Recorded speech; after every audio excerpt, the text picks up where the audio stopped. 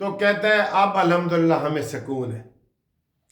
تو یہ تو مانو نا اے یوتھیو کہ نہ قاضی فائز عیسیٰ نے آپ کو ناجائز تنگ کی ہے، جو آپ کے ثاقب ناصور نے کیا ہے، جو آٹا بندیال نے کیا ہے، جو آصف سعید کھوسے نے کیا ہے۔ مانتے ہو کہ وہ اس لیول کا نہیں تھا؟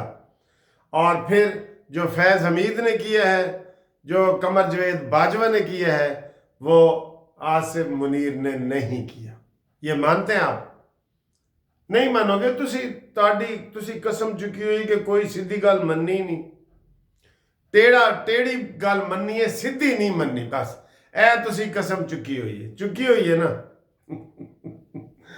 اچھا جی، تو وہ کامران شاید کہتے ہیں جی اب تو کوئی ایسی بات ہی نہیں ہے، کوئی پابندی نہیں ہے، ٹھیک؟ تو پہلے تو جناب ہمیں یہ پروگرام کرنے ہی نہیں دیتے تھے، ہمارے سر پہ آ کے بیٹھ جاتے تھے۔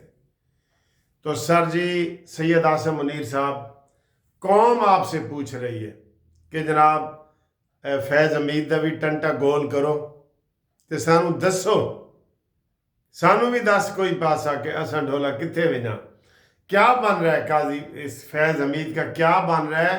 لوگ بھول گئے کہ فیض حمید بھی گرفتار ہو جیسی، اور پھر مانیمنٹل کا بھی کچھ کرو تاکہ لوگوں کو پتہ۔ سر جی میں ادھر ہوتا نا، سب سے پہلے میں ان کی اکڑ ختم کرتا، جیڑی نے دی گردن سریہ ہے نا، اے سریہ ان گردن دے وچے امین گنڈا پوری جو کہتا ہے ہم آئیں گے، اسلام آباد پہ قبضہ کریں گے، پنجاب پہ قبضہ کریں گے، ہم حکومت کو نہیں چلنے دیں گے، میں وارننگ دے رہا ہوں، یہ گردن میں سریہ ہے۔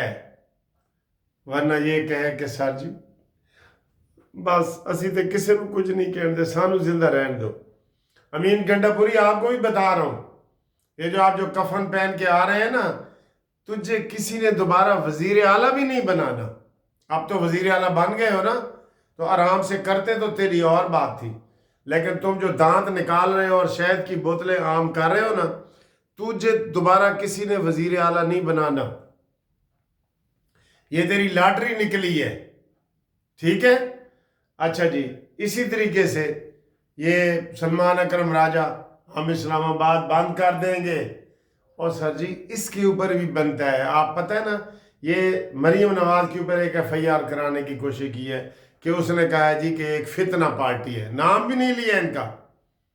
اسی روز صبح شام کہتے ہیں کہ فتنہ، یہ کلٹ ہے، یہ ملک دشمن ہے، یہ غدار ہیں، بالکل یہ ریاست کے غدار ہیں، انہوں نے اسلام کو بدنام کیا ہے، انہوں نے ملک کو بدنام کیا ہے، انہوں نے فوج کو بدنام کیا ہے۔ باہر پوری ان کی جناب ٹیم بیٹھی ہے اور وہ آئے دن فوج کو گالیاں دے رہے ہوتے ہیں، نجی محفلوں میں، چھوٹے پروگراموں میں، کیونکہ امبیسڈر بھی ان کے بیٹھے ہیں، تو ان کو کوئی پکڑنے والا نہیں وہاں۔ ان کی گردن سے ایک دفعہ سریہ نکالے۔ ایک دفعہ میں نے سردی ایک نکالا تھا، ایک لڑکا کو پولیس نے روکا، ٹریفک والے نے گاڑی میں کہ رکو، تو وہ گالیاں دینے لگا کہ تمہیں نہیں پتا میں کون ہوں، تم کہ میں تمہاری پیٹی اتار دوں گا، تمہیں یہ کر دوں گا، وہ کر دوں گا، گالیاں دے رہا تھا۔ خیر پولیس اس کو پکڑ کے لے گئی تھانے میں، وہاں اس کی چھترول کی، تو وہاں کہتا ہے خدا کے لیے مجھے چھوڑ دو، آئندہ میں ایسے نہیں کروں گا۔